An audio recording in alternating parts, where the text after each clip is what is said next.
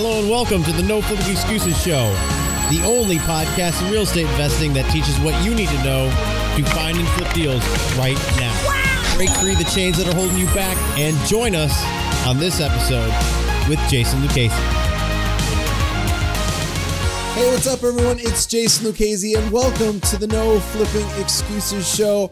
I am so excited that you are here with us today. We've got a great topic for you. It's one that I feel is so important that you need to know this.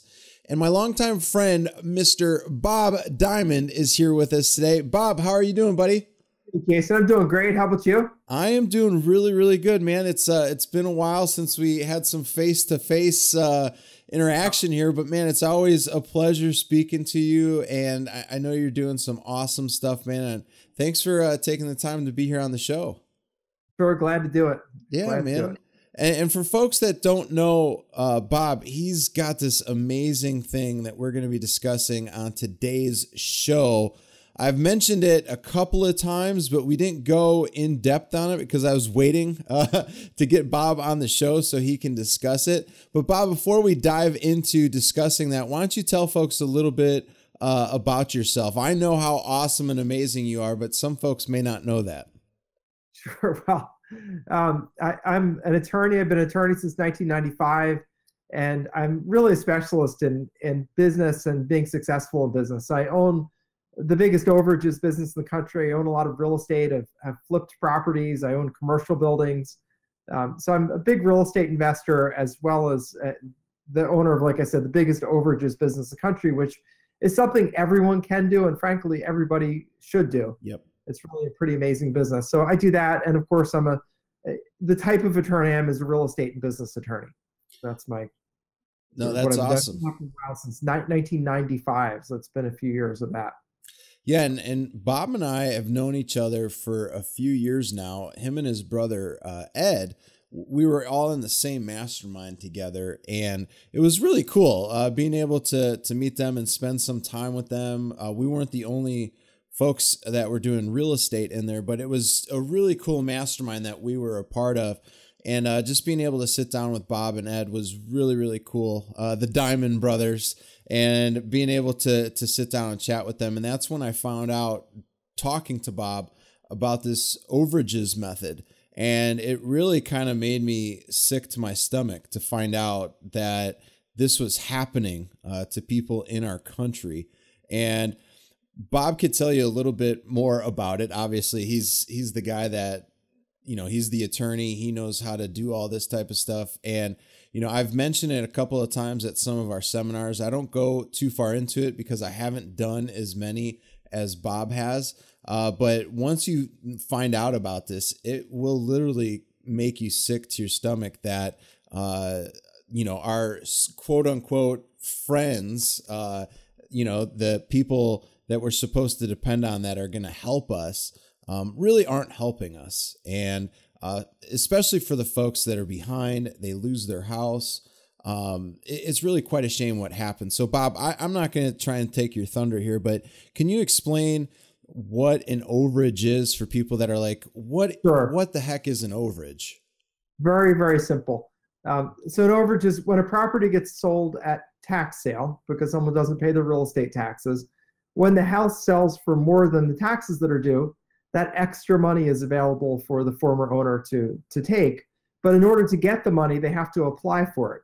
And they don't normally apply for it because, frankly, they have no idea that the money exists.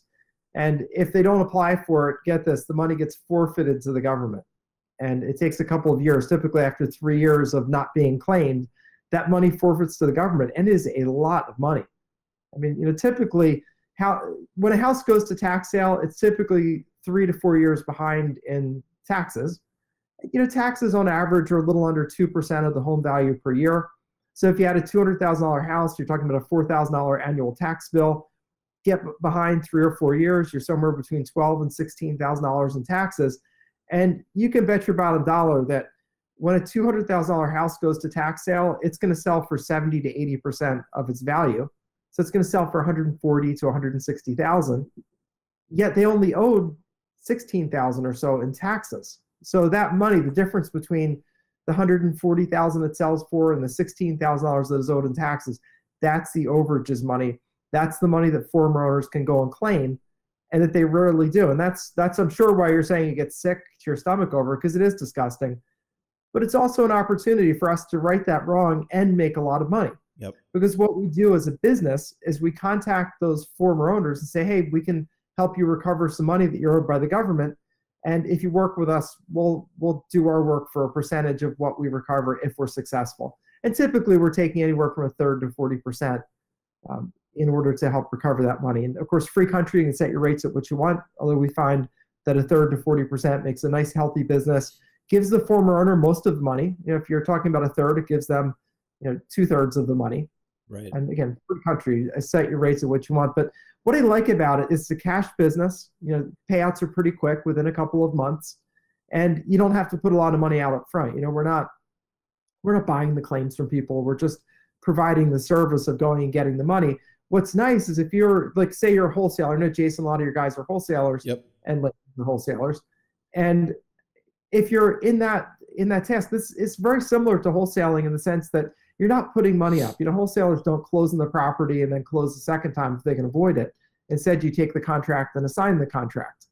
This is kind of the same thing where you aren't putting up the money. You're not buying the overage.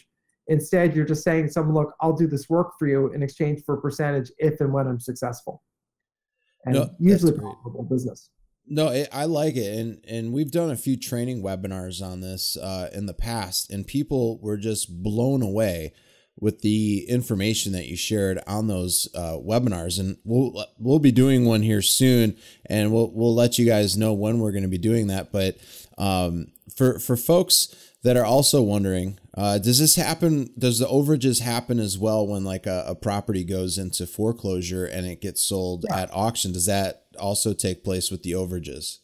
Yes, as a matter of fact, mortgage foreclosure overages you can also do. Frankly, we do a moderate number of those. We've never really pursued them because we already can't keep up with the tax sales. But for anybody who's doing mortgage foreclosures, absolutely. And again, it's the same kind of math. Whatever the debt is. So if it was a mortgage, say your $200,000 house, you had a $100,000 mortgage. The house is going to sell for 70 to 80% of its value. So it's going to sell for somewhere between, for $200,000 house, 140 to 160,000. Let's take the low side. Let's say that it sells for 140,000, and the people owed 100 on the mortgage. Well, the mortgage company takes the first 100,000, pays them off. Yep. But then after that, the money above that is owed to the former owner. That would be $40,000. And I would say, Jason, that sort of run-of-the-mill overage is $25,000 to $45,000. Those are just everywhere, run-of-the-mill. Anytime you get a list, you're going to find mostly ones in those range. You'll find a few six-figure ones, and lots that are smaller than 20,000. We don't bother with those, but that's a typical size. 25,000 to 45,000. And if you think about just taking 1/3 of that, 1/3 of 25,000 is a little over $8,000 in fees. Yep. And it takes about 8 hours to do the work from beginning to end. Wow. So you're getting paid $1,000 an hour pretty much to be doing that work. Yep. Even for an attorney, that sounds good.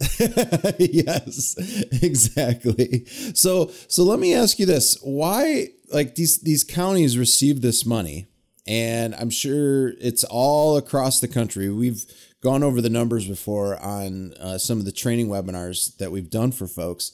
The number is quite alarming. Why aren't folks finding more out about this?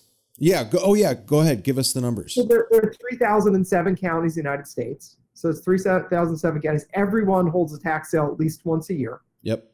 Bigger counties hold them monthly or weekly, but at least once a year they're doing it. And on most of those lists, you'll find 30 to 35 leads that are worth pursuing. So wow. I don't know what 30 times 3,000 is. Is that 90,000? That's a lot. It's and they pile up for 3 years at a time. Wow. So on average, the dollar value of what comes into tax sales every day is $13.6 million. That's according to JP Morgan Chase. So $13.6 million coming in. A couple $1 million that is overages every day. Wow. So you're basically in a system where you get a couple $million a day coming in. And so the question is, why don't these people get their money? Well, the government is passive about it. They're not opposed to giving people the money, but they don't have any budget to send out a sheriff's posse to come track you down and hand you a check. Right. If people find out about it and they come and they ask for the money, they get it. if they don't find out about it, then they don't get the money because they never apply for it. And it's, government bureaucracies are cold like reptiles, and they don't really do anything. They just wait. And if you ask, you get your money. But usually people don't because they don't know about it. Yeah. And you have to go through an application process too. That's pretty simple though. Okay. Simple application. It's typically a 1 or 2 page form. You're basically just saying, hey, here was the house that I lost. It was my house. Here's my copy of my driver's license and a statement that I want the money. Really, it's that simple. Nothing more complicated. But the problem is if you don't know about it, they don't even know to go and ask. And in most counties, they don't even send a letter or do anything to let you know about it. They just, they let you know before the sale, your property's going up for sale. Right. Pretty much it. So it always, every time you and I talk about this, it's just always mind blowing that not even like TV stations would get wind of this and try and blow this up to make it be like, hey, our government's taking advantage of these individuals that just lost their home. Like, you don't hear anything about it. And I've always been like, why isn't somebody talking about this instead of some of the goofy stuff that they're talking about on TV? Like, every time I don't even watch the news just because it's always so negative. But why wouldn't they do a piece on this? I'm so confused on why somebody wouldn't do a piece on this. Like, you think it would probably get a sweeps spot, like, when the news channels do their sweeps. I have no idea why people don't know about this. That's a good question. And I don't know the answer to that. I know that it doesn't happen. That I know. And I don't know why that doesn't happen. That is a really good question. And one, I frankly have no idea why. I know they don't. Yeah. But I've never seen anything on it ever. No. You see, every once in a while, you see the specials, the state treasurer is holding X number of dollars, but this money isn't held by the state treasurer. Yeah. So that it never gets implicated. And, I think to some degree, the government is very interested in keeping quiet about it. Again, they'll give money back if people ask, but if they don't say anything, then they just get to keep the money. And I can just give you some figures. Like in California, for example, they keep $500 million a year. It's actually a line item in their budget. That's why I know how much money it is. If you look up the state budget for California, you'll see it's $500 million. Oh my gosh. Delaware is $80 million a year in their budget. And it's a budget for forfeited funds. Wow. And so, I guess to the government, they're happy to keep that money. Wow. So for folks that are wondering, why is there only like a certain period of time that folks can come and get this money? Like, what happens once the date? I know what the term is, but I just wanted to ask you that question so folks can hear it from you. You're obviously the attorney here, and I know there's certain statutes. So I'm just curious from you, like, why are certain places like 2-3 years, and then after that it just goes back to the county? Well, it's all state law specific, so it's it's a certain amount of time in each state. Depends on what state you're talking about, but a typical time period is 3 years. And what they assume is that the funds are abandoned after that time. And since they assume they're abandoned, they just transfer them to the state treasury. Wow. And that's their assumption. And that actually goes back to English law, where everything belonged to the king, and essentially people got to use it during their lifetime. Jeez. But that's where, we come out of English law, because remember, we were in English colonies at the beginning. Right. So we still have the concept. And if you think about it, if someone ultimately died, say, with no heirs, whatever money they have in their bank accounts, whatever money's around, has to go somewhere. Yeah. It could go to private companies, but then it might incentivize them to either kill people off or, or to not disclose when they have money. Because companies are actually required to turn over any monies they have after a while to the state. And you probably had that happen where you get some notice like from your bank, like, hey, you have the savings account, it's gone inactive, and if you don't do something like deposit some money or reactivate it, it'll eventually forfeit. Right. Everybody's had that happen. So for example, California, they get $500 million per year. Like, what are they even doing with that type of money? Do you know, they're Bob? finding some way to fritter it away, like state governments do. Yeah, it goes in their general fund, and they just use it for whatever. Wow. Any road repair to firefighting, they need some money for that this year. Governments just spend it. And with the government, I think it's basically, you could give it as much money as you wanted. It would never run out of things to do with it. Wow. That's just crazy because I see, especially like in my parents are in Illinois, and they probably have a decent amount there as well. But if you've ever been like to the Chicagoland area, because we're from the suburbs, the roads, ever since I was a young kid, they've always been working on the same roads over and over and over again. And they even have tolls in that area, Chicago. And I've always wondered, like, how are we always working on these roads? And like this Illinois over the last few years has gone completely in the wrong direction, especially state income or state taxes are up at a dramatic high. And, you know, when you hear about these overages, it's like, why don't they actually do something to help out the state or help out with getting additional teachers, or like you said, helping out fire departments, police departments? Like you see all these, you know, police officers or firemen going on strikes over pay. And I just don't understand, like, we've got these overages. Why can't they just take care of the problem? I don't understand that. You know what the problem is basically, I mean, not to get too deep in the weeds about it, but it's essentially pension obligations where they keep promising pensions. And now you have a lot of people that have gotten older that are now retired firefighters, retired police, retired, and they're making a lot of money. Yeah. And, you know, they game the system a little bit. I don't know if you know about this, but what they do is they work for the last couple of years, they work all the overtime and they get all the overtime given to them.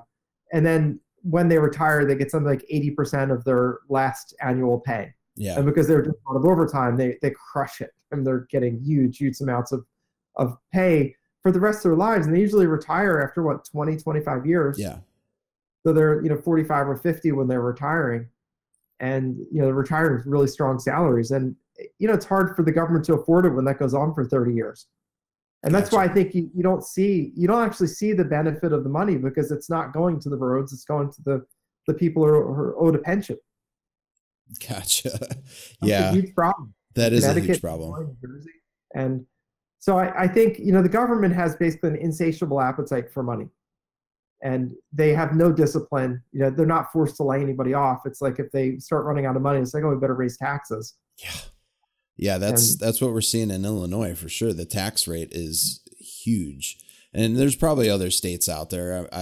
The only reason I know about Illinois is because my folks always talk to me about, their home that's worth $280,000. They're paying almost $10,000 in property taxes. And it's in a suburb way, it's like 45, 50 minutes northwest of Chicago. And I'm just like, geez, the taxes are outrageous.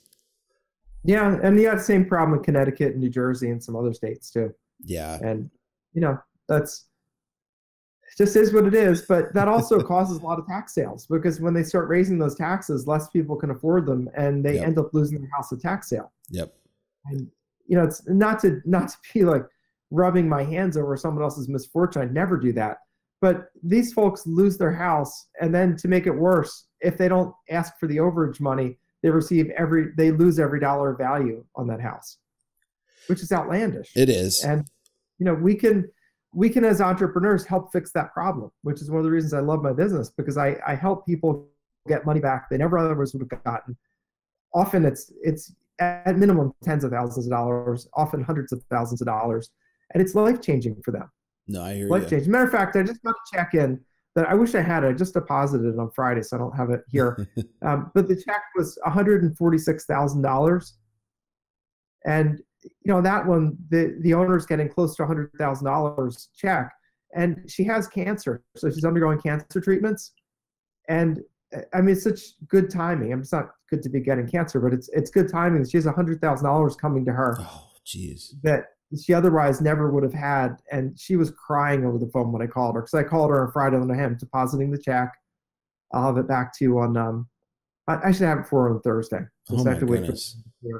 And I told her I'd drive down and give it to her, because she lives about an hour and a half from me. So I figured it'd be fun just to do like a personal visit. Oh yeah. Geez, that would be a great video testimonial to get her. Jeez. I have this vision in my mind. Remember those old Ed McMahon Publishers Clearinghouse? Yes. Chrysler minivan, driving it with a giant oversized check. Yeah. That's my vision. So I'm going to see if she's up for that. It's a big check, and we'll just have some fun with it. Oh man, So so we'll see. Just to put yourself into her world, and you call her and say that you're able to do this. It's such a, I don't even know. That's got to be such a remarkable feeling for you to say that to her, and then for her to all of a sudden know that $100,000 is coming in. It's such a rewarding feeling. And that's why I love this business, this side of the business so much, is because you truly are going out there and making a difference in somebody's life and their world. Yeah. She's got cancer. She's probably got bills. She's probably having a really rough time right now. She is having a really rough time. I've talked to her a couple of times. It's one thing after another. And, there are a lot of costs because she goes in the hospital. They're always out of pocket costs. And, it's medical equipment. She can't work, and she can't do a lot of things for herself right now. So she has to pay people to do things like she can't cut the grass. She can't go shopping. She's really stuck right now. So this money is life-changing for her. Yeah. And it's to be that conduit. That's, I think, one of the best things about this business. I'm that conduit that helps people when they really need it. Yeah. And everybody in these situations that loses their house at tax sale is broke. Others would lose their house at tax sale. So this is the time when they need the money the most. And that's when we're able to be there and help them, which I absolutely love. So I've got a question for you, Bob. Since you've done obviously a boatload of these over the years, I've always been curious, especially folks that have equity in their homes. Why don't they decide to list the home before it gets lost at the actual auction? So there are quite a few reasons. I think the number one reason is just the ostrich syndrome. And if you ever done any pre-foreclosures, you know that people often just wait till it's too late. And they just, they hope something will happen. They're buying lottery tickets. They're calling friends, hoping to borrow money. And sometimes they just let it get too far and they do lose the house. Another time, about a third of these are estates where the person dies. The family does not get their act together to pay the taxes. Sometimes that's a situation where you have one sort of ne'er-do-well child that's living in the house, not paying anything, not paying the taxes, and the other heirs are like, well, I'm not paying. So that, Susie, who never works, can have someplace to live. I'm not paying those taxes. Right. So that can happen. Those are actually easy cases to work because we just talk to the other heirs. We go and get the money, and then it gets divided up among the heirs, which is really simple. Yeah. So those are the two major reasons. Other ones we can see health reasons where people just wait. They get, like, this woman had cancer and she just sat in her house, and I think she didn't believe they'd take her house away because she had cancer. Oh man, jeez. And that unfortunately is not the truth. It's a government. They just follow, the rules. Yep. It's unfortunate, and we've worked with folks over the years that I've always had investors that we're partnering with.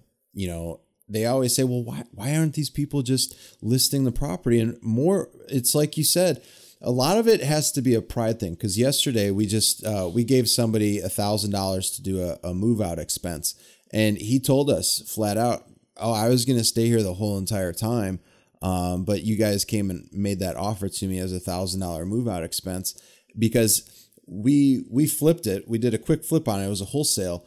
And there was tenants still in there. So we still had to follow the Indiana law for, tenant law.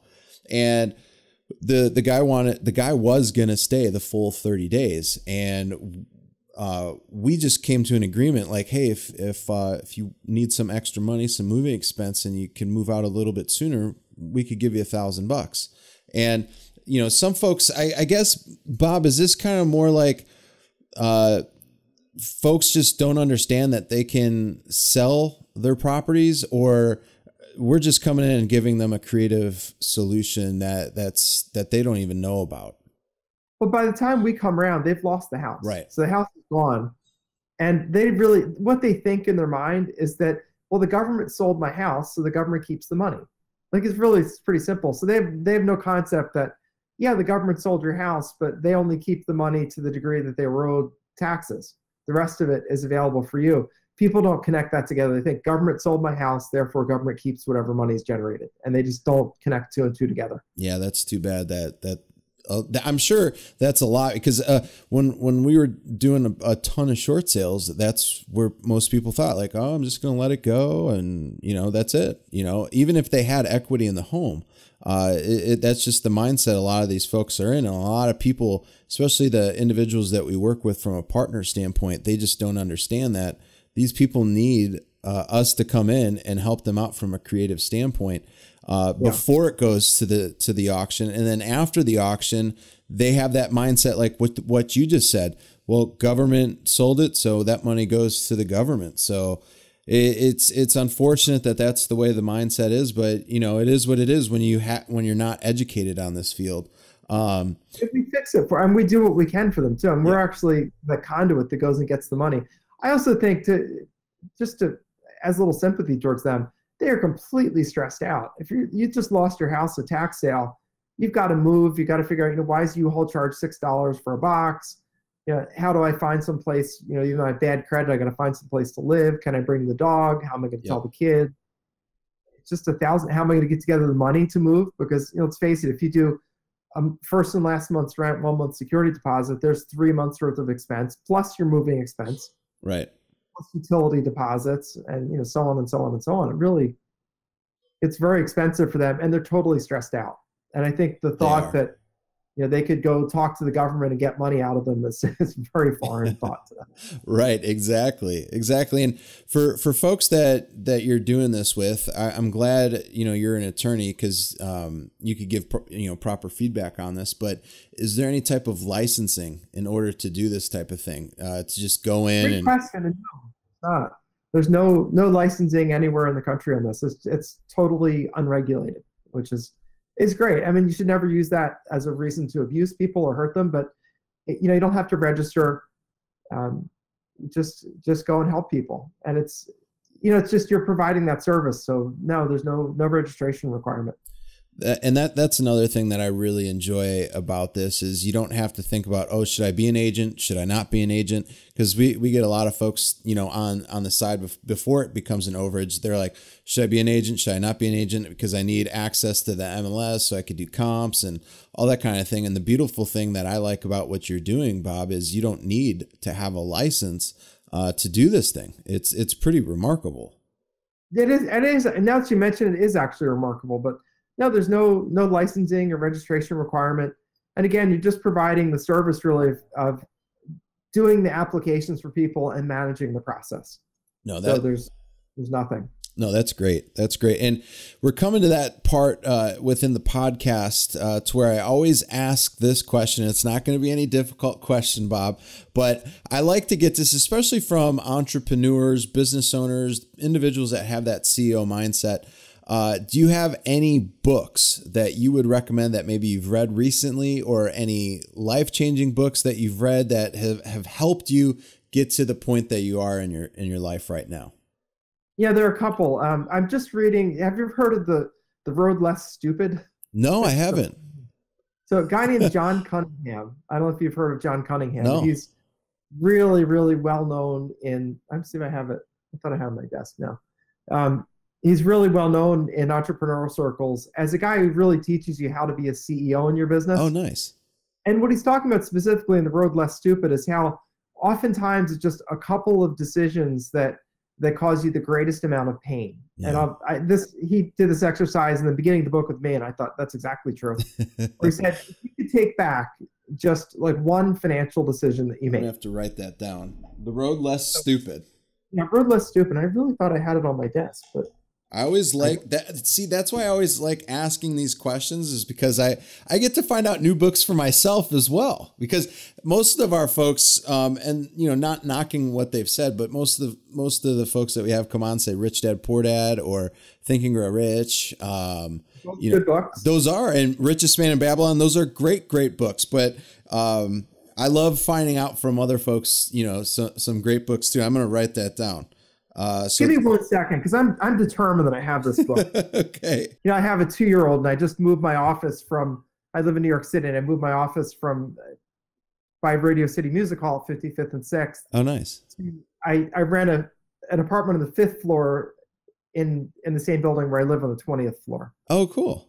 And I own up on the 20th floor and rent on the 5th. But I bring books up and down, and I think I just left mine. But so The Road Less Stupid, to get to the content of it. So it said if you could just take back one financial decision, a property that you bought, something you invested in, a partnership you went into, and just undo it, what difference would that make in your life? And I thought for me, there's like millions of dollars in difference. Yeah. If I could get out of the few bad things that I did. And the few bad things that I did killed many of the good things. It's like you do 10 good things, you can kill with one bad thing. Right. You can kill the profits from the 10 good things. And so then he goes on and says, all right, so if that's the thing, how do you avoid those few stupid mistakes that really cost you? And he talks about just going through a process of asking some good questions. Like one of his questions is, all right, who's saying whatever it is? Like if someone says, hey, Jason, I want to do an apartment building deal with you. Well, first question, who's saying it? Is it someone who's done 50 apartment building deals, or is it someone who's just, moving out of single family houses? Right. Second thing is, if they're saying this is a great deal, then your next question is, well, how do you know it's a great deal? Like what makes you believe that it's a great deal? Right. And, do they have the facts to back that up? And just asking a couple of good questions, he said those can really smoke out, where you might make a mistake versus not. That's pretty cool. I was like, that's such good advice and really simply written. And John Cunningham is one of the guys that just is looked up to by people that I look up to. Yep. And I think I always ask people that I admire. I'm like, hey, read any good books lately, or, anything that's really meaningful? I think it's a great question because this got recommended to me by a guy who just got a $40 million offer for his company. Oh, nice. And a good friend of mine. And I'm like, hey, what are you reading today? Yeah, that's a great question. That I always like asking, because we have folks that come on here that have 7-8 figure businesses, and if we could just share a little bit of what we're doing, because one of the big things that I love is not just absorbing the information and that's it, but actually absorbing the information and applying it. Is what a lot of folks don't do. That even if they get into our training programs or whatnot, a lot of them they don't take what the information and use it as application out on the real world. And if more folks did that, they would see a much larger amount of success happening within their life. So I appreciate you sharing that book. I'm gonna go hop on and get it after we're done. Amazon. Hardcover is $20 or something. Yeah, I'm gonna have to get that, and I'm a big Audible guy, so hopefully it's on Audible too. It probably is. And John's a really well-known consultant. Cool. I know a lot of guys I know that have super successful businesses. He talks about setting up systems and measurement and all that stuff. And he's a guy that came into the real estate business about 5 years ago. Okay. Bought 300 houses in less than a year and resold them as a package, and did some ridiculous, tripled his money. Oh man, that's awesome. I was like, that's a guy that's thinking the level that I want to think at. Absolutely. No, that's great. I'm going to go ahead and get that here in just a second. So 2 final questions for you, Bob, and then we'll wrap it up. So any parting words from you? And second one is, how can people find out more about your training on the overages? I think my parting words would be, so this overages business, I think, is a fantastic business. I think it's a good fit for someone who wants a business where you're helping people, you're genuinely helping people, Yep. and making a lot of money. And it's a cash business. You're going to be reaching out to people, signing them up, and then generating cash. Usually takes 4 to 5 months in total to do a deal from beginning to end, about 8 hours worth of time. Super profitable business. I think that if you have the mindset of a wholesaler, it's very similar, except it's different than wholesaling. It's not wholesaling. It's dealing with just piles of money. Yeah. Getting a portion of it. But I think a lot of the same benefits take place where you don't have to make an investment. You don't need credit. You don't need any money to do wholesaling. You're really flipping contracts. Right. And this is taking portions of pile of money that you help recover. So I think it's a really good business. It's my favorite one. We're doing about 300 deals a year right now. And that's a really good rate. That's so awesome. We're kind of chewing through it. But at the same time, there are 3,000 properties per day going to tax sale. So we're not even scratching the surface of what's possible. So I think more people should be doing this. Yep. We offer training on it, and I want to see more people helped. I want to see more people in the seat on the opposite side of this microphone where they're looking for something productive to do that's profitable. I want to see those people helped, and I want to see the people who've lost everything getting helped. Absolutely. And frankly, I want to see the government give them some of this money back because I think it's outrageous for Right. keeping it. So if you want to find out more, I have a full presentation on it where I really go into it from soup to nuts, good stuff, bad stuff, in between stuff, and give you all the details. And you can go to noflippingexcuses.com/Bob. And that way you can just register. It's a free webinar. You'll learn all about all the details of it. And again, I have the time to go into the details. It's about 90 minutes of really digging in. And I think it is the coolest business in the world. I mean, to be able to, like on Thursday when I go and visit the woman with cancer, her name's Janine Pierce, by the way, and I go visit Janine on Thursday, to take a check to her and give her money when she really needs it the most, that she never would have had without us, is super satisfying, like psychically satisfying. Yeah, I'd say maybe your eyes might sweat that day too. I'm just throwing that out there. Us guys, we don't cry. Our eyes sweat. Yeah, I'm a softie. I'll admit it. I don't even pretend not to be, because I don't know. I know she has kidney cancer, so it's serious. Geez. And I'll be crying over that, and then man, at least I get her something. And it's good that I'm there with something good. I'll put flowers and plan on spending time with her, just talking to her and do what I can. But I think to be able to be that conduit for her is an honor. I'm getting goosebumps just having you tell me about that, man. It's just it's an amazing thing that you guys are doing over there, and I absolutely love it. That is just awesome. Let me know how that goes. I can't wait to see the video. I have to ask her permission, but I want to do the Ed McMahon style video. I've been talking about it forever. That would be awesome. I'd like to do this. Jeez, that would be so cool. I'd love to see that. I would love to see that. So yeah, please let me know if there's anything we can do to help out. I know, gosh, giving somebody like that's in that position, that type of a check is going to be life-changing for her. And with how far her cancer is, that might be something that will give her really peace of mind.